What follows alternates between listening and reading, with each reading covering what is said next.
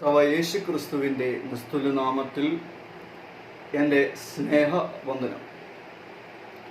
ഞാൻ നിങ്ങൾക്ക് മുമ്പാകെ ഇന്ന് വയ്ക്കുന്ന ഒരു ചിന്ത എന്നത് ക്രിസ്ത്യാനികൾ ക്രിസ്തുവിൻ്റെ സൗരഭ്യ വാസന എന്ന വിഷയത്തിന് അടിസ്ഥാനമാക്കി.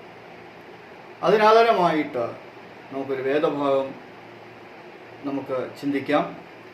അതിനായി 2 കൊരിന്ത്യർ 2-ാം അധ്യായം 14 മുതൽ 16 വരെയുള്ള വാക്യങ്ങൾ. ക്രിസ്തുവിൽ ഞങ്ങളെ എപ്പോഴും ജയോത്സവമായി നടത്തുകയും എല്ലായിടത്തും ഞങ്ങളെ കൊണ്ട് തൻ്റെ പരിജ്ഞാനത്തിൻ്റെ വാസന വെളിപ്പെടുത്തുകയും ചെയ്യുന്ന ദൈവത്തിന് സ്തോത്രം. രക്ഷിക്കപ്പെടുന്നവരുടെ ഇടയിലും നശിക്കുന്നവരുടെ ഇടയിലും ഞങ്ങൾ ദൈവത്തിന് ക്രിസ്തുവിൻ്റെ സൗരഭ്യവാസനയാകുന്നു. ഇവർക്ക് മരണത്തിൽ നിന്ന് മരണത്തിലേക്കുള്ള വാസന, അവർക്കോ ജീവനിൽ നിന്ന് ജീവനിലേക്കുള്ള വാസന. എന്നാൽ ഇതിന് ആർ പ്രാപ്തൻ? നമ്മുടെ മുമ്പിൽ ദൈവത്തിൻ്റെ പരിശുദ്ധാത്മാവ് നൽകിത്തന്ന ഈ വേദഭാഗത്തിൻ്റെ സവിസ്തരമായ വിചിന്തനത്തിന് വേണ്ടിയിട്ട് നമുക്ക് ദൈവമുമ്പാകെ ആയിരിക്കാം.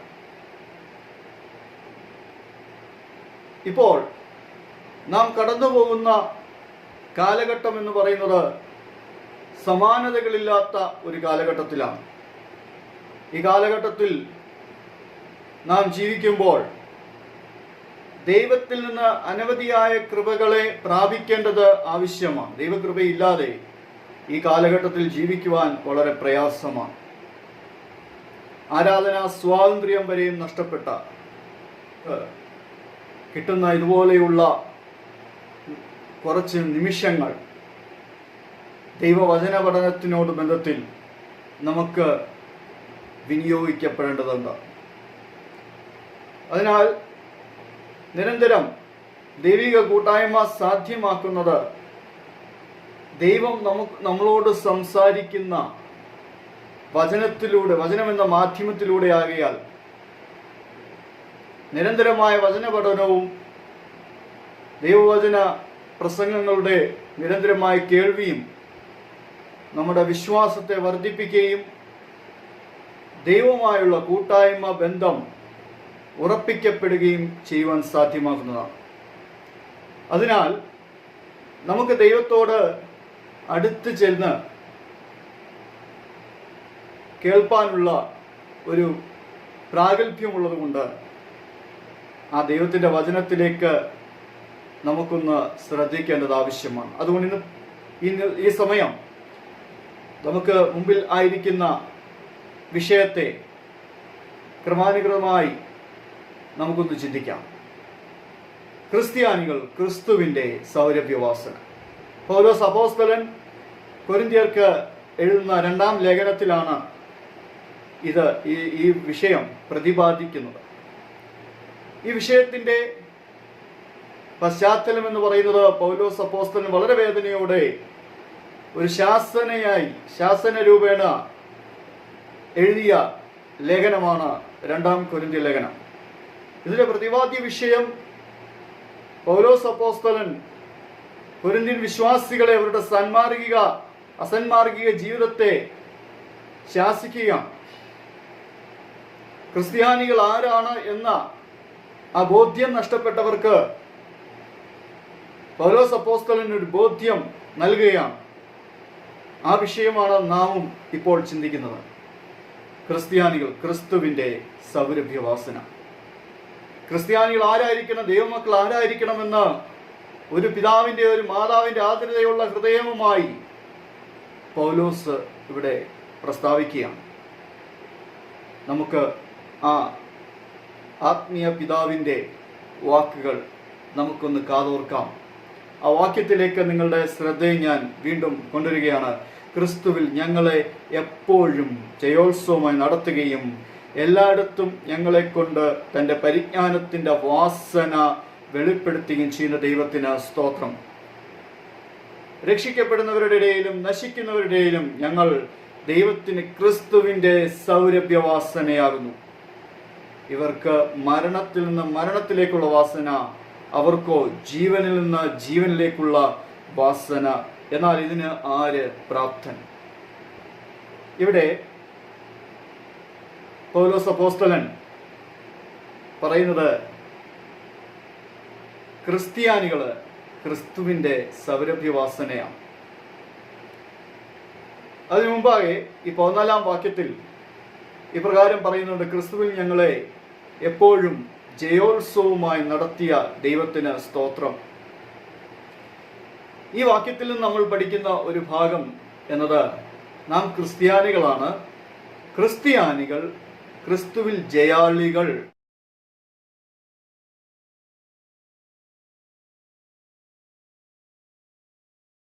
ആണ്.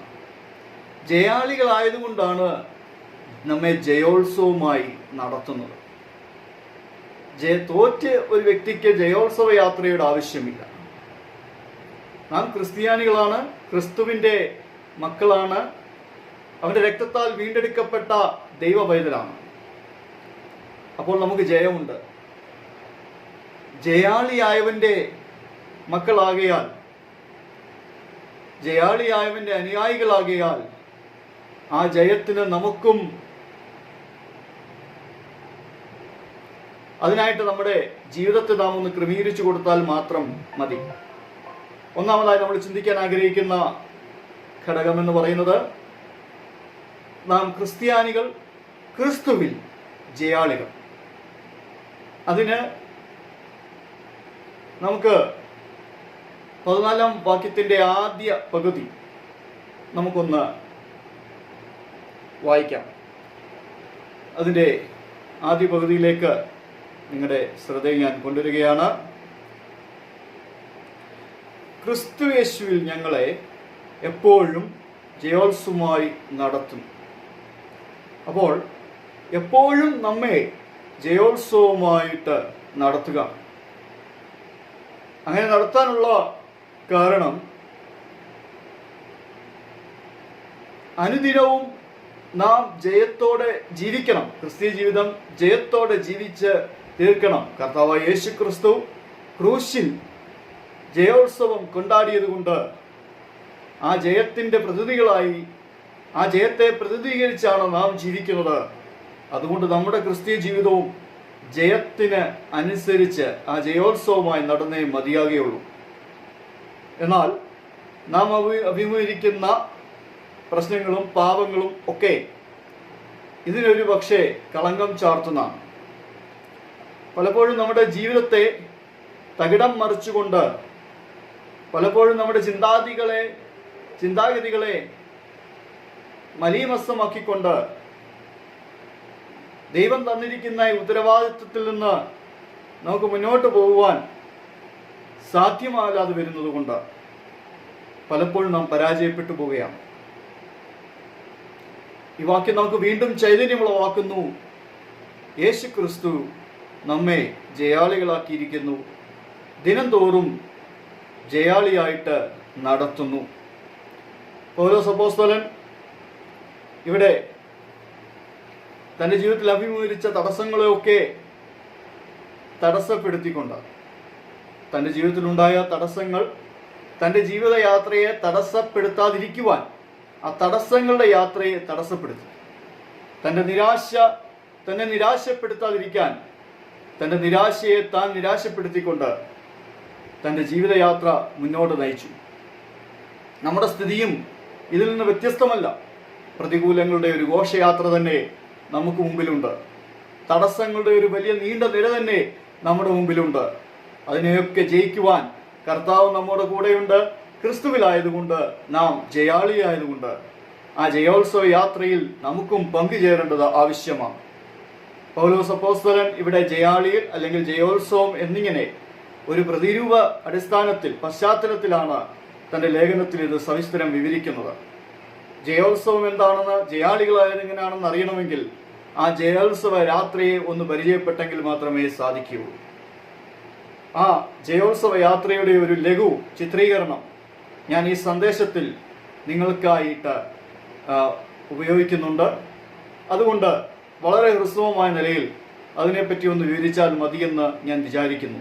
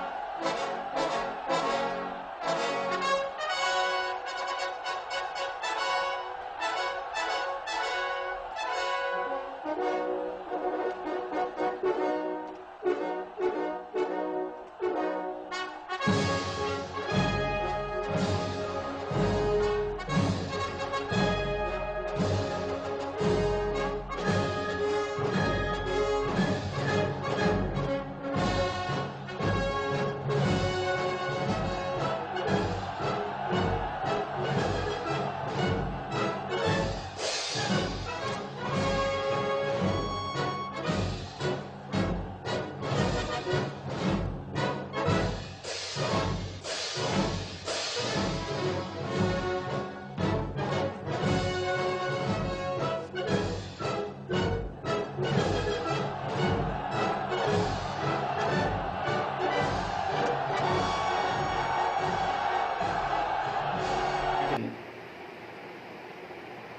ജയോത്സവ യാത്ര എന്ന് പറയുന്നത് യുദ്ധ തടവുകാരെ റോമ പ്രവിശ്യയിൽ യുദ്ധം ചെയ്ത് ജയാളിയായി കടന്നു വരുന്ന ഒരു റോമ ജനറലിൻ്റെ ചിത്രീകരണമാണ്. ആനക്കൊമ്പ് കൊണ്ടും സ്വർണം കൊണ്ടും അലങ്കരിച്ചതുമായ ഒരു രഥത്തിലാണ് ആ റോമ ജനറലിൻ്റെ ഉജ്ജ്വലമായ വരവ്. എന്നാൽ ഇതിൻ്റെ എല്ലാം നടുവിൽ അദ്ദേഹത്തെ താഴ്മയുള്ളവനാക്കാൻ, അദ്ദേഹത്തിൻ്റെ താഴ്മയോടെ നിലനിർത്തുന്നതിന് വേണ്ടിയിട്ട് അദ്ദേഹത്തിൻ്റെ പരാജയങ്ങളും വീഴ്ചകളും അക്കമിട്ട് പറഞ്ഞുകൊണ്ട് ഒരടിമ സഞ്ചരിക്കുന്നുണ്ടാകും. പാട്ടുകാർ മുമ്പേ പോകുന്നു. യൗവനക്കാർ അർപ്പിക്കുവാനുള്ള യാഗമൃഗങ്ങളെ കൊണ്ടുപോകുന്നു. അതിനു പിമ്പേ കൊള്ള മുതലും പിന്നെ തടവുകാരാക്കപ്പെട്ട രാജാക്കന്മാരും പ്രഭുക്കന്മാരും സൈന്യാധിപന്മാരും ഉണ്ടായിരിക്കും. അതിന് ശേഷം അവർ പൂക്കൾ വാരി എറിഞ്ഞ് ആർപ്പു വിളിച്ച് ജനങ്ങൾ അർപ്പിക്കുന്ന അഭിവാദ്യങ്ങൾ ഏറ്റുവാങ്ങിക്കൊണ്ട് വിജയോത്സവ രഥം കടന്നു വരികയാണ്. അതിനു പിന്നാലെ രാജ സദസ്സും പുരോഹിതന്മാരും പിന്നെ തുടർന്നു വരുന്ന ഘോഷയാത്രയും ഉണ്ടായിരിക്കും. റോമൻ വിജയഘോഷയാത്ര എന്ന ഈ പ്രതിരൂപം ഉദ്ധരിച്ചുകൊണ്ട് വിവരിക്കുകയാണ് ക്രിസ്തുവിൽ ജയോത്സവം. എന്നാൽ സാത്താനി ശക്തികൾക്ക് മീതെയുള്ള സമ്പൂർണ്ണ വിജയം എന്നാണ് താൻ ഇതിനെ അർത്ഥമാക്കുന്നത്. ഇത്തരത്തിൽ റോമ ജനറലിൻ്റെ വിജയഘോഷയാത്രയുടെ പ്രതിരൂപത്തിലൂടെ പൗലോസ് അപ്പോസ്തലൻ നമ്മെ ഉദ്ദേശിക്കുന്നത് തൻ്റെ ശുശ്രൂഷയാകുന്ന യുദ്ധത്തിൽ താൻ വിജയിച്ചു. സാത്താന്യ പോരാട്ടങ്ങളെ തകർത്തുകൊണ്ട് തൻ്റെ ലേഖനത്തിൻ്റെ യഥാർത്ഥ ഉദ്ദേശം അത് പൂർത്തീകരണ പദ്ധതിയിലേക്ക് വരുവാനിടയായി തീർന്നു. അനവധി കഷ്ടങ്ങൾ താൻ അതിന് അനുഭവിച്ചു. അനവധിയായ നിലകളിൽ അവൻ അതിന് വില കൊടുത്തു. വില കൊടുത്തുള്ള ശുശ്രൂഷയെ ദൈവം മാനിക്കും. ഏതൊരു കാര്യത്തിനും ഒരു എഫേർട്ട്, ഒരു ഉദ്യമം ആവശ്യമാണ്. അതിന് ശുശ്രൂഷയുള്ള ബന്ധത്തിൽ ദൈവമക്കൾ അല്ലെ ദൈവദാസന്മാർ വരിക്കുന്ന വലിയ പ്രതികൂലങ്ങളുണ്ട്. അതിന് ദൈവം പ്രതികൂലം വഹിക്കുന്നത് കൊണ്ട്, കഷ്ടത അനുഭവിക്കുന്നത് കൊണ്ട് ദൈവം അവർക്ക് വലിയ പ്രതിഫലം തന്നെ നൽകുവാനായിട്ടിടയായിത്തീരും. ഇവിടെ ഞാൻ വീണ്ടും നമ്മൾ മുന്നോട്ട് പോവുകയാണ്. നമ്മുടെ യാത്രയുടെ ഈ വചന പഠനത്തിൻ്റെ ഈ യാത്രയുടെ അടുത്ത പകുതിയിലേക്ക് നമ്മൾ പോവുകയാണ്. ഇവിടെ നമ്മൾ ചിന്തിക്കുവാനായിട്ട് പോകുന്നത് 14-ാം വാക്യത്തിൻ്റെ 2-ാം ഭാഗത്തേക്ക് നമ്മൾ ചിന്തിക്കുമ്പോൾ, ഞങ്ങളെക്കൊണ്ട് തൻ്റെ പരിജ്ഞാനത്തിൻ്റെ വാസന വെളിപ്പെടുത്തുകയും ചെയ്യുന്ന ദൈവത്തിന് സ്തോത്രം. അപ്പോൾ ക്രിസ്ത്യാനികൾ സമൂഹത്തിൽ വാസന പുറപ്പെടുവിക്കുന്നവരാകണം. എന്ത് വാസന? സൗരഭ്യവാസന പുറപ്പെടുവിക്കുന്നവരാണ്. നാം കണ്ടു കഴിഞ്ഞ ഈ പ്രതിരൂപത്തിൽ 2 കാര്യങ്ങളാണ് അവർ ചെയ്യുന്നത്. വിജയത്തോടെ കടന്നു വരുന്ന ഒരു ജനറലിനെ കാണാം. അതോടൊപ്പം അടിമകളെയും കാണാം. തൻ്റെ കൂടെ യുദ്ധം ചെയ്ത് കടന്നു വരുന്ന ആളുകൾക്ക് വിജയഘോഷയാത്ര വിജയത്തിൻ്റെ ഘോഷയാത്ര തന്നെയാണ്. തൻ്റെ കൂടെ വരുന്ന അടിമകൾക്കും തടവുകാർക്കും ഒക്കെ അത് തോൽവിയുടെ യാത്രയാണ്. ഇവർക്ക് മുമ്പ് അടുത്ത് ധൂപം വഹിച്ചുകൊണ്ട് അതിൽ സൗരഭ്യവാസന പരത്തിക്കൊണ്ട് യാത്രയുടെ ഉടനീളം ജയിച്ച ആളുകൾക്ക്, ആ ജനറലിൻ്റെ അനുയായികൾക്ക് ആ സൗരഭ്യം വിജയത്തിൻ്റെ സൗരഭ്യമാണ്. എന്നാൽ തോറ്റ് മറ്റൊരു രാജ്യത്തിലേക്ക് അടിമകളാക്കി വരുന്നവർക്ക് മരണത്തിൻ്റെയും ആ സൗരഭ്യം എന്ന് പറയുന്നത് കേവലം സൗരഭ്യമായിട്ട് അത് അനുഭവിക്കാൻ അവർക്ക് കഴിയത്തില്ല. മറിച്ച് അത് ദുർഗന്ധമാണ്, തോൽവിയുടെ സൗരഭ്യമാണ്, ദുർഗന്ധമാണ്, മരണത്തിൻ്റെ ദുർഗന്ധമാണ്. ഇവിടെ 14-ാം വാക്യത്തിൽ നമ്മൾ ചിന്തിച്ചു ക്രിസ്ത്യാനികൾ ജയാളികളാണ്. 15-ാം വാക്യത്തിലേക്ക് വരുമ്പോൾ നമ്മുടെ ഉത്തരവാദിത്വം നമുക്ക് ലഭിക്കുകയാണ്. രക്ഷിക്കപ്പെടുന്നവരുടെയിലും നശിക്കുന്നവരുടെയിലും ഞങ്ങൾ ദൈവത്തിന് ക്രിസ്തുവിൻ്റെ സൗരഭ്യവാസന. ഇവിടെയാണ് ഒരു ക്രിസ്ത്യാനിയായി, ഒരു ദൈവവൈതലായി ജീവിക്കുന്ന ഒരു വ്യക്തിയുടെ ഉത്തരവാദിത്വം, ഉത്തരവാദിത്വം വളരെ വലുതാണ്. കേവലം ഒരു വിശ്വാസ കുടുംബത്തിൽ ജനിച്ചതുകൊണ്ട് ഒരു ക്രിസ്ത്യാനിയായ നിലയിൽ എങ്ങനെയും ജീവിച്ചു പോവുക എന്നതല്ല നമ്മുടെ ലക്ഷ്യമെന്നത്. മറിച്ച് രക്ഷിക്കപ്പെടുന്നവരുടെയും നശിക്കുന്നവരുടെ ഇടയിൽ ദൈവത്തിന് ക്രിസ്തുവിൻ്റെ സൗരഭ്യവാസന. നമ്മുടെ ജീവിതം കൊണ്ട് നമ്മൾ സൗരഭ്യം പടർത്തി അനേകരെ ഈ ക്രിസ്തു വിശ്വാസത്തിലേക്ക് നയിക്കപ്പെടുന്ന ഒരവസ്ഥയിലൂടെ പോകേണ്ടതുണ്ട്. അതിനായിട്ട് നമ്മുടെ ജീവിതങ്ങളെ ക്രമപ്പെടുത്തേണ്ടത് ആവശ്യമാണ്. പൗലോസ് വീണ്ടും ഉദ്ഘോഷിപ്പിക്കുന്ന അതിപ്രധാനമായ വസ്തുത എന്നത് രക്ഷിക്കപ്പെടുന്നവരുടെയിലും നശിക്കുന്നവരുടെയിലും ഞങ്ങൾ ദൈവത്തിന് ക്രിസ്തുവിൻ്റെ സൗരഭ്യവാസന. ഇവിടെ നമുക്ക് ലഭിച്ചിരിക്കുന്ന ഈ വിഷയത്തിൽ നമ്മുടെ ഉത്തരവാദിത്വത്തെ പറ്റി നമ്മൾ ബോധവാന്മാരായിരിക്കണം.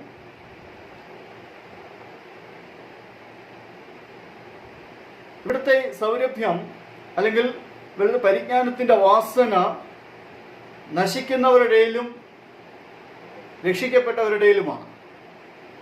എപ്പോഴും നാം അറിയിക്കുന്ന സുവിശേഷ സന്ദേശം രക്ഷിക്കപ്പെട്ടവർക്ക് നീതിയായിട്ട് പരിണമിക്കുമ്പോൾ രക്ഷിക്കപ്പെടാത്തവരുടെ ഇടയിൽ അത് നശിച്ചു പോകുന്നവരുടെ ഇടയിൽ ഭോഷത്വമായിട്ടാണ് പരിണമിക്കാറ്. ആ വിജയഘോഷയാത്രയുടെ ചിത്രീകരണം നമ്മൾ വീണ്ടും ഒന്ന് ചിന്തിക്കുക. ആ തേരിനോട് ചേർന്ന് നടക്കുന്ന റോമൻ ജനറലിന്റെ കൂടെയുള്ള ആളുകൾ, സൈന്യം, തൻ്റെ കൂടെ യുദ്ധം ചെയ്ത പടയാളികൾ, അതിന് നേതൃത്വം നൽകിയ മറ്റുള്ള ഉദ്യോഗസ്ഥന്മാർ, ആ യുദ്ധത്തിൽ ആഹ്വാനം ചെയ്ത ഭരണാധികാരി, ഇവർക്കൊക്കെ ഈ യാത്ര സൗരഭ്യത്തിൻ്റെ വാസനയാണ്, പരിജ്ഞാനത്തിൻ്റെ വാസനയാണ്, വിജയത്തിൻ്റെ വാസനയാണ്. എന്നാൽ കുറച്ച് കഴിയുമ്പോൾ വധിക്കപ്പെടുവാനായിട്ട് ഒരു കൂട്ടം ആളുകൾ ഈ തേരിനോടൊപ്പം ചേർന്ന് നടക്കുന്നുണ്ട്. തടവിലാക്കപ്പെട്ട അടിമകളാണ്. അവരെ കുറച്ച് കഴിയുമ്പോൾ വധിച്ചു കളയും. അവർക്ക് ഇത് നശിക്കാൻ പോകുന്നവരുടെ വാസന അല്ലെങ്കിൽ ദുർഗന്ധമാണ്. നമ്മുടെ ജീവിതം നമ്മുടെ കൂടെയുള്ളവർക്ക് സൗരഭ്യമാണെങ്കിലും നശിച്ചു പോകുന്നവരുടെ ഇടയിലും നമ്മളൊരു സൗരഭ്യമായി തീരണമെന്നാണ് വിശുദ്ധ വേദപുസ്തകത്തിലൂടെ പരിശുദ്ധാത്മാവ് ഈ വേദഭാഗത്തിലൂടെ നമ്മോട് സംസാരിക്കുന്നത്. നമ്മുടെ ജീവിതം ഒരു തുറന്ന പത്രം പോലെ, ലോകത്തിലുള്ള പത്രങ്ങളെല്ലാം നിരാശപ്പെടുത്തുന്നതും നിരാശയുളവാക്കുന്നതും സാമൂഹ്യ തിന്മകളെപ്പറ്റി വിളിച്ചു പറയുന്ന പത്രങ്ങളാണ്. എന്നാൽ നാം ആകുന്ന പത്രത്തിലൂടെ വിളിച്ചു പറയേണ്ടത് ക്രിസ്തുവിൻ്റെ സുവിശേഷമാണ്. നമ്മിലൂടെ കത്തി ജ്വലിക്കേണ്ടത്, ആ കെടാവിളക്ക് പോലെ ശോഭിക്കേണ്ടത് ആ ക്രിസ്തുവിൻ്റെ നൈർമല്യമായ സുവിശേഷമാണ്. ഈ സുവിശേഷം ജനകോടികളുടെ ഹൃദയങ്ങളിൽ ഇറങ്ങിച്ചെല്ലേണ്ടതിന് നാം ഒരു സൗരഭ്യവാസനയായെങ്കിൽ മാത്രമേ സാധിക്കുകയുള്ളൂ. നമ്മുടെ സവിസ്തരമായ ചിന്ത പുരോഗമിക്കുമ്പോൾ നാം എങ്ങനെയാണ് സൗരഭ്യമാകേണ്ടത് എന്ന് നമ്മൾ ചിന്തിക്കാൻ പോവുകയാണ്. നാം അറിയിച്ച സുവിശേഷം അല്ലെങ്കിൽ അറിയിക്കാൻ പോകുന്ന സുവിശേഷം അനേകരെ രക്ഷിക്കുകയും നശിച്ചു പോകുന്നവരായ ആൾക്ക് ന്യായവിധിയുമായി തീരുവാനിടയായിത്തീരും. മനഃപൂർവം ഈ സന്ദേശത്തെ നിരസിക്കുന്നവർക്ക് അന്ത്യമായ ന്യായവിധിയുണ്ട്. എന്നാൽ ഇത് സ്വീകരിക്കുന്നവർക്ക് നിത്യരക്ഷയും അനുഭവിപ്പാൻ സാധിക്കും. അതുകൊണ്ട് സുവിശേഷ രണാങ്കണത്തിൽ ആയിരിക്കുന്നവർ വളരെയേറെ ശ്രദ്ധിക്കേണ്ടതുണ്ട്. നമ്മുടെ ജീവിതം കൊണ്ട്, നമ്മുടെ ജീവിതയാത്രയിൽ നാം കണ്ടുമുട്ടുന്നവർ യേശുവിൻ്റെ മാറ്റമില്ലാത്ത ആ സന്ദേശം, ആ സുവിശേഷം, ആ നൈർമല്യ സുവിശേഷം അത് ഗ്രഹിക്കണം. അനവധി മഹാന്മാരും അനവധി മിഷണറിമാരും ഈ മേഖലകളിൽ എരിഞ്ഞമർന്ന സൗരഭ്യം കാഴ്ചവെച്ചു. വർഷങ്ങൾക്ക് മുമ്പ് ഒറീസയിൽ ഒരു ഗ്രഹാൻ സ്റ്റേൻസൺ, അദ്ദേഹത്തിൻ്റെ ഫിലിപ്പ്, തിമോത്തി എന്ന് പറയുന്ന 2 മക്കൾ, അവർ ഒറീസയുടെ കറുത്ത മണ്ണിൽ വീണ് അറ്റുപോയ റോസാപുഷ്പം പോലെ ആ പിതാവും 2 മക്കളും കർത്താവായ യേശു ക്രിസ്തുവിന് വേണ്ടി എരിഞ്ഞമർന്നൊരു സൗരഭ്യമാണ്. സൗരഭ്യം എന്ന വാക്ക് കേൾക്കുമ്പോൾ നമ്മുടെ മനസ്സിലേക്ക് കടന്നു വരുന്നത് മനസ്സിനും ശരീരത്തിനും ആനന്ദവും സന്തോഷവും നൽകുന്ന സുഗന്ധത്തെക്കുറിച്ചും, തീർച്ചയായും ഈ സൗരഭ്യം ആനന്ദദായകം തന്നെയാണ്. ഈ സാഹചര്യത്തിൽ ക്രിസ്തുവിൻ്റെ സൗരഭ്യവാസന എന്നത് പ്രത്യേക പരിഗണന അർഹിക്കുന്നതാണ്. ഒരു യഥാർത്ഥ ക്രിസ്തു ഭക്തൻ പറയും, ഞാൻ ക്രിസ്തുവിൻ്റെ സൗരഭ്യവാസന തന്നെയാണ്. ക്രിസ്തുവും ഈ ലോകത്തിലായിരുന്നപ്പോൾ സൗരഭ്യവാസനയായിരുന്നു. രോഗികളെ സൗഖ്യമാക്കിയും രക്ഷയുടെ സുവിശേഷം പ്രസംഗിച്ചും താൻ മറ്റുള്ളവരുടെ ജീവിതത്തിൽ സുഗന്ധം പരത്തി. എന്നാൽ അതിൻ്റെ പൂർണ്ണതയിലേക്ക് വന്നപ്പോൾ അവിടുന്ന് ഒരു എരിയുന്ന സൗരഭ്യമായി മാറി. എരിയുന്ന സൗരഭ്യം, അനേകർക്ക് പ്രകാശം പരത്തുന്ന ഒരു മെഴുകുതിരി പോലെ സ്വയം എരിഞ്ഞമരാനുള്ള ഒരു മനസ്സ് ക്രിസ്ത്യാനികൾക്കുണ്ടാകണം.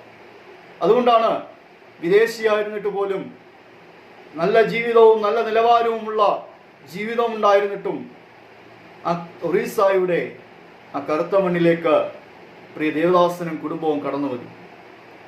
അധികം താമസിയാതെ തന്റെ പ്രവർത്തന മധ്യത്തിൽ താൻ ഈ അടർക്കളത്തിൽ സുവിശേഷ വിരോധികളാൽ പട്ടുപോകുവാനായിട്ടിടയായി. അത് അദ്ദേഹത്തിൻ്റെ നിത്യമായ നാശത്തെയല്ല ഞാൻ പറയുന്നത്, മറിച്ച് അവരാരെ പ്രസംഗിച്ചുവോ, ആർക്കു വേണ്ടി എരിഞ്ഞമർന്നോ ആ പ്രിയ കർത്താവിനോടൊപ്പം അവരിന്ന് നിത്യതയിൽ വിശ്രമിക്കുന്നു. ആ എരിഞ്ഞമർന്നുകൊണ്ടുള്ള തൻ്റെ ശുശ്രൂഷയുടെ വിജയം ഇന്നും ആ ദേശത്ത് കടന്നു ചെല്ലുമ്പോൾ ദൈവിക പ്രവൃത്തിയെപ്പറ്റി വർണ്ണിപ്പാൻ കഴിയുന്നു എന്നതാണ് സത്യം. അനവധി ആളുകൾ ഈ സുവിശേഷത്തെ പിച്ചു ചീന്തുവാനായിട്ട് ഇടയായിത്തീർന്നു. അനേക ദൈവമക്കളെ കൊന്നൊടുക്കിയെങ്കിലും ആ മണ്ണിൽ ഇന്നും സുവിശേഷത്തിന്റെ വിളക്ക് കെടാവിളക്കായി തൻ്റെ പ്രിയ ദാസൻ മക്കളിലുമുടെ ആ ദേശത്ത് വലിയ വലിയ ഒരു പ്രവൃത്തി തന്നെ നടക്കുന്നുണ്ട്. ഞാൻ പറഞ്ഞത്, എരിഞ്ഞമരാൻ തയ്യാറാണെങ്കിൽ തമ്പുരാന്റെ ശുശ്രൂഷ വളരെ വലുതായിട്ട് നടക്കും. ഞാൻ പറയുന്നത് ഇവിടെ ഓരോരുത്തരും രക്തസാക്ഷികളായി തീരണമെന്നല്ല, മറിച്ച് മനസ്സുകൊണ്ട് ഒരു എരിഞ്ഞമരാനുള്ള താല്പര്യമുണ്ടായിരിക്കണം, ഒരു ആത്മാർത്ഥത ഈ വിഷയത്തിൽ ഉണ്ടായിരിക്കണം. എനിക്ക് എൻ്റെ കർത്താവിന് വേണ്ടി ജീവിക്കണം, എൻ്റെ കർത്താവിനെ എന്നെ കാണുന്നവർ എൻ്റെ കർത്താവിനെ കാണണം എന്നുള്ള ചിന്താഗതി നാം ഓരോരുത്തരും ഉണ്ടായിരിക്കണം. അതുകൊണ്ട് നമ്മുടെ ജീവിതം മറ്റുള്ളവർക്ക് ഒരു സൗരഭ്യമാണെങ്കിൽ മാത്രമേ സാധിക്കുകയുള്ളൂ. ഇന്ന് സൗരഭ്യം എന്ന് കേൾക്കുമ്പോൾ അല്പം അതിശയോക്തി ഇതിനോട് ബന്ധത്തിൽ എനിക്ക് തോന്നിയേക്കാം. സൗരഭ്യം എരിയുമോ? എന്തിനാണ് സൗരഭ്യം എരിയുന്നത് എന്നൊക്കെ ചിന്തിച്ചേക്കാം. എന്നാൽ ഒരു വസ്തുവിന്റെ യഥാർത്ഥ സൗരഭ്യം മനസ്സിലാക്കണമെങ്കിൽ ഇത് കത്തണം. ഒരു കുന്തിരിക്കം കത്തിയെങ്കിൽ മാത്രമേ അതിന്റെ സൗരഭ്യം നമുക്ക് മനസ്സിലാക്കൂ. ചില സുഗന്ധ വർഗങ്ങൾ അങ്ങനെയാണ്, അത് തീയുമായി ബന്ധപ്പെട്ടെങ്കിൽ മാത്രമേ അതിന്റെ സൗരഭ്യം പുറത്തു വരികയുള്ളൂ. ഒരു ക്രിസ്ത്യാനിയാണ് എന്ന് പറയണമെങ്കിൽ, മാറണമെങ്കിൽ അല്പം കഷ്ടത നാം അനുഭവിക്കണം. കാലഘട്ടങ്ങളുടെ ചരിത്രം പഠിച്ചാൽ ക്രിസ്ത്യാനി എന്ന വാക്കിന്റെ അർത്ഥത്തോട് ചേർത്ത് വന്ന ഒരു പദമാണ് പീഡനം. ക്രിസ്ത്യാനിക്കെതിരെയുള്ള പീഡനം. സഭ പീഡനത്തിലൂടെ കടന്നുപോയപ്പോൾ, ഞാൻ പറയുന്നത് റോമൻ സീസർമാർ നടത്തിയ പീഡനമാണ്. ആ പീഡനത്തിലൂടെ കടന്നുപോയപ്പോൾ സഭ വളരെ അധികം വളർന്നു വരുവാനായിട്ട് ഇടയായിത്തീരുന്നു. ഇന്ത്യയുടെ പ്രധാനമന്ത്രിയായിരുന്ന പണ്ഡിറ്റ് ജവഹർലാൽ നെഹ്റു ഇപ്രകാരം പറഞ്ഞു: ക്രിസ്ത്യാനികൾ ഉറങ്ങുന്ന സിംഹമാണ്, അവരെ ഉണർത്തരുത്. അതിൻ്റെ അർത്ഥം ഇതാണ്: ക്രിസ്ത്യാനികൾക്ക് നേരെ ആക്രമണം അഴിച്ചുവിട്ടാൽ അവർ ഒന്നടങ്കം വളരുവാനായിട്ട് ഇടയായിത്തീരും. അവരുറങ്ങട്ടെ എന്നാണ് പറയുന്നത്. സഭ നിത്യമായ ആ ഗാഠനിദ്രയിലായിരുന്നപ്പോഴൊക്കെ സഭയ്ക്ക് യാതൊരു പ്രശ്നവും ഇല്ലായിരുന്നു. എന്നാൽ സഭയ്ക്ക് നേരെ പീഡനങ്ങളും പ്രയാസങ്ങളും പ്രതികൂലങ്ങളും കടന്നു വന്നപ്പോൾ സഭ വളരുവാനായിട്ട് ഇടയായിത്തീർന്നു. ഒറീസയുടെ കാര്യം ഞാൻ പറഞ്ഞു. അവിടെ പീഡനം വന്നപ്പോൾ സഭ റാപ്പിഡ് ഗ്രോത്ത് സംഭവിച്ചു. ഇപ്പോൾ നാം ആയിരിക്കുന്ന അവസ്ഥയിലും ഈ സമാനതകളില്ലാത്ത കാലത്തും ജീവിക്കുമ്പോൾ നാം ക്രിസ്തുവിൻ്റെ സൗരഭ്യവാസനയാണോ, യഥാർത്ഥ ക്രിസ്തീയ വിശ്വാസം എന്താണ്, ഇതൊക്കെ മനസ്സിലാക്കാനുള്ള ഒരു വേദിയായിട്ട് ഇത് മാറുവാനായിട്ട് ഇടയായിത്തീർന്നു. ഞാൻ പറഞ്ഞത് ആരെയും വിമർശിക്കുന്നതിന് വേണ്ടിയിട്ടല്ല, മറിച്ച് നാം ആയിരിക്കുന്ന സത്യം നാം മനസ്സിലാക്കണം. നാം എന്തായി, എന്താണ് നമ്മുടെ ഇത്രയും നാളത്തെ ക്രിസ്തീയ ജീവിതത്തിൽ നാം നേടിയത്, ഇതൊക്കെ നമുക്ക് തിരിച്ചറിയാനുള്ള സമയമായിട്ട് ഈ കാലഘട്ടത്തെ ഈ വചന കേൾവിയുടെ മുമ്പ് നമുക്കൊന്ന് സമർപ്പിച്ചുകൊണ്ട് നമുക്ക് ആവശ്യമാണ്. ഇത് പറയുമ്പോൾ കാൽവരി ക്രൂശിൽ ഉത്തമ മാതൃക നമുക്ക് വെച്ചുപോയ ഒരു വ്യക്തിയെ ഉടമയാണ് കർത്താവ് യേശു ക്രിസ്തു. പൗലോസിന്റെ ജീവിതവും മറ്റൊന്നല്ല. താൻ റോമൻ വാളിനിരയാകുമ്പോൾ തൻ്റെ ശിരോഖണ്ഡത്തിലേക്ക് ആ വാൾ വന്ന് വീഴുമ്പോഴും പൗലോസിന്റെ മനസ്സിൽ ഉദ്ധരിച്ചൊരു വാക്കുണ്ട്: ഞാൻ നല്ല പോർ പൊരുതി, ഓട്ടം തികച്ചു, വിശ്വാസം കാത്തു, നീതിയുടെ കിരീടം എനിക്കായി വെച്ചിരിക്കുന്നു, എനിക്ക് വേണ്ടി മാത്രമല്ല എന്നോടൊപ്പം പ്രിയം വെച്ച ഏവർക്കും. എന്ന് പറഞ്ഞാൽ പൗലോസ് അപ്പോസ്തലന് പറയാൻ കഴിഞ്ഞു, താൻ ഒരു എരിഞ്ഞേറുന്ന സൗരഭ്യമാണ്, തനിക്കിനി ഒന്നും ആയിത്തീരുവാനുണ്ടായിരുന്നില്ല, എല്ലാം താൻ നല്ലപോലെ പൊരുതി തൻ്റെ ഓട്ടം തികച്ചു എന്നാണ് പറയുന്നത്. ഇനിയൊന്നും ബാക്കിയുണ്ടായിരുന്നില്ല. ഇനി കുറച്ചുകൂടെ ജീവൻ തന്നിരുന്നെങ്കിൽ, ആയുസ് തന്നിരുന്നെങ്കിൽ ഞാൻ എന്തെങ്കിലും കൂടെ ചെയ്യാമായിരുന്നു എന്നല്ല പറഞ്ഞത്. വേറെ ആരെയും താൻ ഏൽപ്പിക്കുന്നുമില്ല. ഇത് നീ അടുത്തത് എൻ്റെ കാലം കഴിയുമ്പോൾ നീ അടുത്തത് ചെയ്യണമെന്നും പറയുന്നില്ല. മറിച്ച് പറയുന്ന നല്ല പോർ ഞാൻ പൊരുതി, ഓട്ടം തികച്ചു എന്ന് പറഞ്ഞാൽ കർത്താവ് പൗലോസ് അപ്പോസ്തലന് കൊടുത്ത ഉത്തരവാദിത്വം പൗലോസ് അപ്പോസ്തലൻ അത് ചെയ്തു. എന്നിട്ടൊരു ആഹ്വാനം നമുക്ക് തരികയാണ്. വ്യക്തികളായ ക്രിസ്തീയ വിശ്വാസികളെല്ലാം തന്നെ ഈ സൗരഭ്യവാസനയുള്ളവരായിത്തീരണം. അനേകരുടെ നടുവിൽ നമ്മൾ ജ്യോതിസുകളായിട്ട് വിളങ്ങി തണ്ടിന്മേൽ വെച്ച് വിളക്ക് പോലെ ശോഭിച്ച് അനേകരെ ഇരുട്ടിൽ നിന്ന് പ്രകാശത്തിലേക്ക് നയിക്കുന്ന അത്ഭുത പ്രകാശവാഹികളായിട്ട് തീരണം. കിടാവിളക്ക് പോലെ ശോഭിക്കണമെന്നാണ് കർത്താവ് യേശു ക്രിസ്തു ഈ വചനത്തിലൂടെ നമ്മളോട് ആഹ്വാനം ചെയ്യുന്നത്.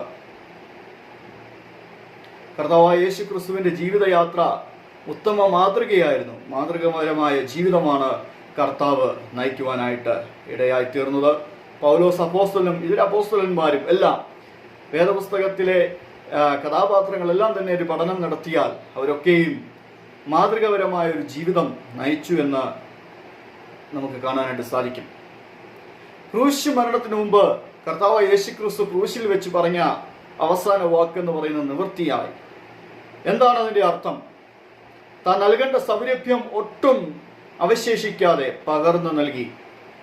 എഫേസ്യർ 5:2 പൗലോസ് അപ്പോസ്തലൻ ഇപ്രകാരം രേഖപ്പെടുത്തിയിരിക്കുന്നു: ക്രിസ്തുവും നിങ്ങളെ സ്നേഹിച്ച് നമുക്ക് വേണ്ടി തന്നെത്താൻ ദൈവത്തിന് സൗരഭ്യവാസനയായി യാഗമായി അർപ്പിച്ചതുപോലെ സ്നേഹത്തിൽ നടക്കുവിൻ. യാഗവസ്തു പൂർണ്ണമായി ദഹിച്ചു കഴിയുമ്പോൾ അത് ദൈവത്തിന്റെ സൗരഭ്യവാസന തീരുമെന്ന് പഴയ നിയമം പഠിപ്പിക്കുന്നു. ഇങ്ങനെ ക്രിസ്തുവും യാഗമായി തന്നെത്താൻ ദഹിച്ച് രക്ഷയുടെ സൗരഭ്യമായി തീർന്നു. നമുക്കും ആ കാൽപ്പാടുകൾ പിന്തുടർന്ന് ജീവിക്കേണ്ടതുണ്ട്. തീയുണ്ടെങ്കിൽ മാത്രമേ കുന്തിരിക്കത്തിന് സൗരഭ്യമുള്ളൂ. ക്രൂശിൽ നിന്ന് മാത്രമേ രക്ഷയുടെ സൗരഭ്യം വീശുന്നുള്ളൂ. ക്രിസ്തുവിന്റെ വാസനയാകുന്ന നമുക്കും കുന്തിരിക്കമായി എരിയുന്ന അവസ്ഥയിലും സൗരഭ്യം പരത്തേണ്ടത് ആവശ്യമാണ്. ക്രിസ്തുവിന്റെ നിസ്തുല്യത നമുക്ക് പ്രസംഗത്തിലും ജീവിതത്തിലും ഒരുപോലെ, നമ്മുടെ ജീവിതയാത്രയിലും ഒരുപോലെ പ്രദർശിപ്പിക്കപ്പെടേണ്ടത് ആവശ്യമാണ്. നമ്മെ കാണുന്നവർ യേശുവിനെ കാണണമെന്ന് മുമ്പ് ഞാൻ പ്രസ്താവിച്ചു. അതുകൊണ്ട് ആ ക്രിസ്തീയ ആ സത്യത്തിന്റെ ആ പ്രകാശം മറ്റുള്ളവർക്ക് പകർന്നു കൊടുക്കേണ്ടത് നാം പ്രകാശ ജ്യോതിസുകളായി തീർന്നെങ്കിൽ മാത്രമേ മതിയാകുകയുള്ളൂ. കർത്താവാണ് വെളിച്ചം, നാം എല്ലാം അതിൻ്റെ പ്രതിബിംബിക്കുന്ന റിഫ്ലക്റ്റേഴ്സാണ്. ഒരു റിഫ്ലക്ടറിൽ പ്രകാശം വീണ പ്രകാരം പ്രദർശിപ്പിക്കുന്നുവോ അതുപോലെ നാം ആയിത്തീരേണ്ടത് ആവശ്യമാണ്. അതുകൊണ്ട് ഞാൻ നിങ്ങൾക്കായി ആഹ്വാനം ചെയ്യുന്നു, നമുക്ക് ഒരുമിച്ച് ഈ കർത്താവിൻ്റെ സേവ ചെയ്യുമ്പോൾ ഈ കർത്താവിൻ്റെ ആ ഉദ്ദേശങ്ങളെല്ലാം നമുക്ക് പൂർത്തീകരിച്ചുകൊണ്ട് ചെയ്യേണ്ടത് ആവശ്യമാണ്. ഒന്നും ബാക്കി വയ്ക്കാതെ എല്ലാം നമ്മുടെ ജീവിതകാലത്ത് തന്നെ കർത്താവിനോട് പറ്റിച്ചേർന്ന് ദൈവം തരുന്ന ആയുസ്സിൽ നമുക്ക് പ്രവർത്തിക്കേണ്ടത് ആവശ്യമാണ്. വാക്യം 15-16. രക്ഷിക്കപ്പെടുന്നവരുടെയിലും നശിക്കുന്നവരുടെയിലും നിങ്ങൾ ദൈവത്തിന് ക്രിസ്തുവിന്റെ സൗരഭ്യവാസന. ഇവർക്ക് മരണത്തിൽ നിന്ന് മരണത്തിലേക്കുള്ള വാസന, അവർക്കോ ജീവനിൽ നിന്ന് ജീവങ്കിലേക്കുള്ള വാസന തന്നെ. ഇവിടെ വിശുദ്ധ ജീവിതത്തെ പറ്റി പറയുകയാണ്. രക്ഷിക്കപ്പെടുന്നവരുടെ ഇടയിലും നശിക്കുന്നവരുടെയിലും ഒരുപോലെ നമ്മൾ സൗരഭ്യവാസനയാണെങ്കിൽ ആ സൗരഭ്യവാസന എങ്ങനെയാണ് ഉളവാകുന്നതെന്ന് ചോദിച്ചാൽ നമ്മുടെ വിശുദ്ധി എന്നാണ്. വിശുദ്ധിക്ക് വേണ്ടി നാം ഓടേണ്ടത് ആവശ്യമില്ല. വിശുദ്ധിക്ക് വേണ്ടി നാം എങ്ങും പോകേണ്ട ആവശ്യമില്ല. വിശുദ്ധനായവൻ നമ്മുടെ ഉള്ളിലുണ്ടെങ്കിൽ തൻ്റെ ജീവിതത്തിലൂടെ താൻ കാണിച്ചു തന്ന വിശുദ്ധി നമുക്ക് മാതൃകയാക്കി നാം അതിലേക്ക് നടക്കുവാനുള്ള ഒരു വ്യഗ്രത നാം കാണിക്കണം. കർത്താവ് വിശുദ്ധനാണ്, അതുകൊണ്ട് ഞാൻ ഓട്ടോമാറ്റിക്കലി വിശുദ്ധനല്ല. ഈ ലോകത്തിൽ ജീവിക്കുമ്പോൾ വിശുദ്ധിക്ക് വേണ്ടി വില കൊടുക്കേണ്ടത് ആവശ്യമാണ്. വിശുദ്ധി എന്നത് കർത്താവിൻ്റെ ഒരു പൊസിഷൻ, ഒരു സ്ഥാനമാണ്. ആ സ്ഥാനത്തേക്കാണ് നാം വന്നിരിക്കുന്നത്. അധപതിച്ചുകൊണ്ടിരുന്ന കൊരിന്ത്യൻ സഭയിലെ വിശ്വാസികളെയും പൗലോസ് അഭിസംബോധന ചെയ്തത് വിശുദ്ധന്മാർക്ക് എഴുതുന്നു, കൊരിന്ത്യൻ സഭയിലെ വിശുദ്ധന്മാർക്ക് എഴുതുന്നു എന്നാണ്. വിശുദ്ധന്മാരായവർക്ക് വന്ദനം ചെയ്യുന്നതായിട്ടുണ്ട്. ഇവിടെ വിശുദ്ധി എന്ന് പറയുന്നത് ഒരു പൊസിഷനാണ്, ഒരു സ്ഥാനമാണ്. ഞാൻ പറയാൻ ആഗ്രഹിക്കുന്നത്, ഈ സ്ഥാനത്തെക്കാരും എടുത്തു വയ്ക്കപ്പെടുന്നില്ല. നാം അതിന് വില കൊടുത്തു കഴിയുമ്പോൾ, നാം അതിനെ ആഗ്രഹിക്കുകയും അതിനുവേണ്ടി പ്രവർത്തിക്കുകയും ചെയ്യുമ്പോഴാണ് ഈ വിശുദ്ധൻ അല്ലെങ്കിൽ വിശുദ്ധ എന്ന് ആയിത്തീരുന്നത്. കർത്താവ് നമ്മെ വിശുദ്ധീകരിച്ചത് കൊണ്ട് നാം വിശുദ്ധന്മാരായി. എന്നാൽ ആ വിശുദ്ധിയെ നിലനിർത്തേണ്ടത് നമ്മുടെ ജീവിതയാത്രയുടെ ആവശ്യമാണ്. വിശുദ്ധി നഷ്ടപ്പെടാം. നാം വിശുദ്ധരാണ്. ദൈവം നമ്മെ വിശുദ്ധന്മാരായിട്ട് കാണുന്നത് കൊണ്ടാണ് കൊരിന്ത്യൻ ലേഖനത്തിൽ കൊരിന്ത്യൻ വിശ്വാസികളെ വിശുദ്ധൻ എന്ന് അഭിസംബോധന ചെയ്ത് അവരങ്ങനെയല്ലെങ്കിൽ പോലും പ്രതിപക്ഷ ബഹുമാനത്തോടെ പൗലോസ് അപ്പോസ്തലൻ അവിടെ പറഞ്ഞിരിക്കുന്ന അങ്ങനെയാണ്. പക്ഷേ അതിന് നാം വില കൊടുക്കേണ്ടത് ആവശ്യമുണ്ട്. നമ്മുടെ ജീവിതത്തിൽ നിന്ന് മാറ്റിക്കളയേണ്ടതിനെ മാറ്റിക്കളഞ്ഞ്, നമ്മുടെ ജീവിതത്തിൽ നിന്ന് നീക്കം ചെയ്യേണ്ടതിനെ നീക്കിക്കളഞ്ഞ് നാം അങ്ങനെ ആയിത്തീരണ്ട. അതാണ് പൗലോസ് പറഞ്ഞത്, ഞാൻ പിടിച്ചുവെന്നല്ല, പിടിക്കാമോ എന്ന് വെച്ച് ആയുന്നതാണ്. ഞാൻ മുന്നോട്ട് യാത്ര ചെയ്യുകയാണ്. ഇതൊരു വലിയ കണ്ടിന്യൂസ് പ്രോസസ്സാണ്. ഇതൊരിക്കലായിട്ട് സംഭവിച്ചു. പക്ഷേ അത് നമ്മുടെ ക്രിസ്തീയ ജീവിതത്തിൻ്റെ നമ്മോടൊപ്പം അത് വളർന്നുകൊണ്ടേയിരിക്കണം. രക്ഷിക്കപ്പെട്ടു എന്ന് പറഞ്ഞത് കൊണ്ട് കാര്യമില്ല. രക്ഷയുടെ അനുദിന വളർച്ചയിലേക്ക് നമ്മൾ വന്നുകൊണ്ടേയിരിക്കണം. ഒരു കുഞ്ഞ് ജനിച്ചാൽ അവൻ വളരണം. വളർന്നെങ്കിലേ വളർച്ചയുടെ പൂർത്തിയെത്തത്തുള്ളൂ. രക്ഷയുടെ സൽഗുണ പൂർത്തിക്കായിട്ട് നമ്മെ വിളിച്ചുവെങ്കിൽ ആ പൂർത്തീകരണത്തിലേക്ക് എത്തേണ്ടത് ആവശ്യമാണ്. കർത്താവ് നോക്കിക്കോളുമെന്ന് പറഞ്ഞ് മിണ്ടാതിരിക്കാനല്ല. കർത്താവ് നമുക്ക് വേണ്ടുന്ന കൃപ തരും. ആ കൃപയ്ക്കനുസൃതമായി ദൈവവചനത്തിലൂടെ ദൈവിക കാഴ്ചപ്പാടുകളെ തരുമ്പോൾ നാം അതനുസരിച്ച് മുന്നോട്ട് പോകേണ്ടത് ആവശ്യമാണ്. വിശുദ്ധ ജീവിതം ആവശ്യമാണ്. ഹഗിയാസ്മോ എന്ന ഗ്രീക്ക് വാക്കാണ് വിശുദ്ധിക്കായിട്ട് ഉപയോഗിച്ചിരിക്കുന്നത്. അതിൻ്റെ അർത്ഥം ടു സെപ്പറേറ്റ്, ഒരു വേർപാട് എന്ന അർത്ഥം. എന്തിനോടാണ് നാം വേർപാടേണ്ടത്? സമൂഹത്തോടല്ല. സമൂഹത്തിൽ നമുക്ക് പ്രതിബദ്ധതയുണ്ട്, സമൂഹത്തോട് നമുക്ക് ഉത്തരവാദിത്വമുണ്ട്, സഭയ്ക്ക് സമൂഹത്തോട് ഉത്തരവാദിത്വമുണ്ട്. വേർപാട് എന്ന് പറയുന്നത് സഭയോടല്ല, അല്ലെങ്കിൽ സംഘടനകളോടല്ല, മനുഷ്യബന്ധങ്ങളോടല്ല, പാപത്തോട് മാത്രമാണ് വേർപെടേണ്ടത്. യേശു ഈ ലോകത്തിലായിരുന്നപ്പോൾ അത് തെളിയിച്ചിട്ടുണ്ട്. യേശുവിനെ കണ്ട പാപികളൊക്കെയും പാപവിമുക്തരായിട്ട് പോയി. കാരണം പാപികളെ സ്നേഹിക്കാത്ത ഒരു കർത്താവ് തന്നെ കണ്ട പാപികളെയെല്ലാം യേശു പാപജീവിതത്തിൽ നിന്ന് വിടുതൽ നൽകി. യേശു പാപത്തെ വെറുത്തുകൊണ്ട് പാപിയെ സ്നേഹിച്ചു. അങ്ങനെയെങ്കിൽ പാപ സാന്നിധ്യമുള്ള ലോകത്തിൽ ജീവിക്കുമ്പോൾ നമുക്കും പാപത്തെ വെറുക്കുക, എന്നിട്ട് ആ പാപികളെ സ്നേഹിക്കണം. നമ്മുടെ സ്നേഹത്തിലൂടെ മാത്രമേ ഒരു വ്യക്തിയെ നേടാനായിട്ടുള്ളൂ. വിമർശിച്ചതുകൊണ്ട് ഒരാളെ നേടാൻ പറ്റത്തില്ല. നമ്മൾ ദോഷിച്ചതുകൊണ്ട്, കുറ്റം കണ്ടുപിടിച്ചതുകൊണ്ടും കാര്യമില്ല. പരീശന്മാരായിട്ട് ജീവിക്കാനല്ല, വിശുദ്ധന്മാരായിട്ട് ജീവിക്കാനാണ് നമ്മെ വിളിച്ചിരിക്കുന്നത്. അതുകൊണ്ട് വിശുദ്ധ ജീവിതം നമുക്ക് ആവശ്യമാണ്. ഹഗിയാസ്മോ എന്ന വാക്കിനർത്ഥം വിശുദ്ധി എന്നാണ്. ഒരു വ്യക്തിക്ക് വിശുദ്ധിയോടെ യാഗം കഴിച്ചെങ്കിൽ മാത്രമേ അതിൽ നിന്ന് സൗരഭ്യവാസന ഉണ്ടാകുകയുള്ളൂ. യാഗം എന്ന വാക്കിന് ത്രൂസിയ എന്നാണ്. എന്താണ് അതിനർത്ഥം? നമുക്ക് നോക്കാം, നമുക്ക് ചേർത്തൊന്ന് ചിന്തിക്കാം. നമ്മുടെ യാഗം, നമ്മുടെ ജീവിതയാഗം അധികം നമ്മുടെ ജീവിത വിശുദ്ധി സമം സൗരഭ്യവാസന. നമ്മുടെ ജീവിതവും നമ്മുടെ വിശുദ്ധിയും യാഗമായി ഒരുമിച്ച് യാഗമായി തീരുമ്പോഴാണ് അതിൽ നിന്ന് സൗരഭ്യം ഉണ്ടാകുന്നത്. യാഗം എന്നത് മനുഷ്യൻ ദൈവത്തിന് കൊടുക്കുന്ന ദാനത്തെയല്ല, മനുഷ്യന് ദൈവം നൽകുന്ന ദാനം അംഗീകരിക്കപ്പെടുകയാണ്. മനുഷ്യൻ ദൈവത്തിന് കൊടുക്കുന്ന വസ്തുവകയല്ല യാഗമെന്ന് മാറുന്നത്. ദൈവം നൽകുന്ന വസ്തുവകകൾ അംഗീകരിക്കപ്പെടുമ്പോഴാണ്. അത് സമർപ്പണത്തിലൂടെയാണ് ആ അംഗീകാരം ലഭിക്കുന്നത്. മനുഷ്യരുടെ ധാരണകളും ഭാഷയും പരിമിതങ്ങളായിരുന്ന കാലങ്ങളിൽ തങ്ങളുടെ വിചാരവികാരങ്ങളെ പ്രകടമാക്കുന്ന വഴിപാടുകളും യാഗങ്ങളും ഏറ്റവും അർത്ഥപൂർണമായിരുന്നു. പാപപരിഹാരം അത്യന്താപേക്ഷിതമാണ്. മനസ്സിലാക്കിയ പൗരാണിക ഭാരതീയർ അവരെക്കാൾ പ്രാചീനരായ ഇസ്രായേലിനെ പോലെ യജ്ഞകർമ്മങ്ങൾ ആരംഭിച്ചു. യജ്ഞം എന്നതിൻ്റെ ശരിയായ അർത്ഥം അർപ്പിക്കുക, ഈശ്വരനായിക്കൊണ്ട് അഗ്നിയിൽ ആഹുതി ചെയ്യുക എന്നതാണ്.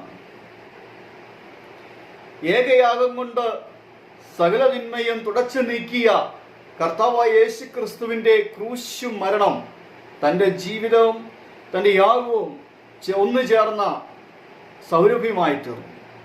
ദൈവത്താൽ അംഗീകരിക്കപ്പെട്ട യാഗമായി ഏകയാഗം കൊണ്ട് അവൻ സൽഗുണപൂർത്തി വരുത്തിയത്.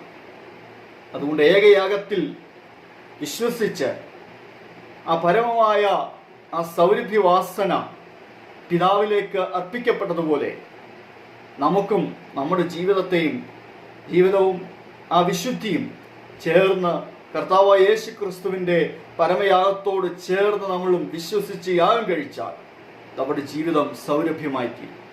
വിശുദ്ധി ആവശ്യമാണ്. നമ്മുടെ ജീവിതത്തെ അനുദിനം സമർപ്പിക്കപ്പെടേണ്ടതും ആവശ്യമാണ്. അതുകൊണ്ട് അനുദിനം നമുക്ക് ഈ യഥാർത്ഥ ഈ സത്യത്തിലേക്ക് നമുക്ക് ആയിത്തീരുവാനിടയായിത്തീരണം. 2 കൊരിന്ത്യർ 2:15 ഇപ്രകാരം പറയുന്നു: രക്ഷിക്കപ്പെടുന്നവരുടെയിലും നശിക്കുന്നവരുടെയിലും ഞങ്ങൾ ക്രിസ്തുവിൻ്റെ സൗരഭ്യവാസന വിശുദ്ധി ജീവിതത്തിൻ്റെ അന്ത്യം വരെയും മാതൃകയായി നിലനിർത്തി നമ്മുടെ വിശുദ്ധി ക്രിസ്തു യേശുവിനായുള്ള സൗരഭ്യവാസനയായി തീരട്ടെ. മനുഷ്യവർഗത്തെ ദൈവത്തോട് അടുപ്പിക്കുവാൻ തൻ്റെ വിശുദ്ധിക്കും നീതിക്കും അല്പം പോലും ലോപം വരുത്താതെ ഒരു മാർഗം തുറന്ന് തന്ന നമ്മുടെ കർത്താവിൻ്റെ അനന്തവിസ്തൃതവും അത്യുന്നതവും അത്യാഗതവുമായ സ്നേഹത്തെ ഓർത്ത് ക്രിസ്തുവിൻ്റെ സൗരഭ്യവാസനയായിട്ട് നമുക്ക് തീരാം. ക്രിസ്തു ലോകത്തിൽ സ്നേഹത്തിൻ്റെ സൗരഭ്യവാസന വെളിപ്പെടുത്തിയതുപോലെ ഓരോ ദൈവവൈതലിനും അധർമ്മം പെരുകി സ്നേഹം തണുത്തുപോകുന്ന ദുർഗന്ധം വഹിക്കുന്ന ലോകത്തിൽ ദൈവസ്നേഹത്തിൻ്റെ സൗരഭ്യവാസന വെളിപ്പെടുത്തുവാനായിട്ട് കഴിയണം. ദൈവം സ്നേഹത്തിൻ്റെ സൗരഭ്യം അനുകരണമായി നിവേദിക്കുക. വരുവാനിരിക്കുന്ന തലമുറ ഈ ശ്രേഷ്ഠമായ സ്നേഹത്തെ, ഈ ശ്രേഷ്ഠമായ മാർഗത്തെ പിന്തുടരേണ്ടത് ആവശ്യമാണ്. അതുകൊണ്ട് ഇസ്രായേൽ മക്കളോട് ദൈവമഹാനം ചെയ്തതുപോലെ നിന്റെ ഈ സത്യം, നിങ്ങൾ കേട്ട കാര്യങ്ങൾ, ഈ കൽപ്പനകളും വിധികളും നിങ്ങൾ തലമുറയ്ക്ക് പകർന്നു കൊടുക്കണമെന്ന് പറഞ്ഞതുപോലെ നമ്മൾ അനുഭവിക്കുന്ന ഈ സന്തോഷം, ഈ ക്രിസ്തീയ സന്തോഷം, ഈ ആത്മീയ ജീവിതം, ഇതിൻ്റെ യാഥാർത്ഥ്യങ്ങൾ നാം നമ്മുടെ തലമുറയ്ക്കും പകർന്നു കൊടുക്കേണ്ടത് ആവശ്യമാണ്. ഈ സമയം എന്നെ ശ്രവിച്ച ഏവർക്കും ദൈവം നിങ്ങളുടെ ജീവിതം സൗരഭ്യവാസനയുള്ള ജീവിതമാക്കി തീർക്കട്ടെ എന്ന് ആത്മാർത്ഥമായി പ്രാർത്ഥിച്ചുകൊണ്ട് എൻ്റെ വാക്കുകളെ ഞാൻ ഉപസംഹരിക്കും.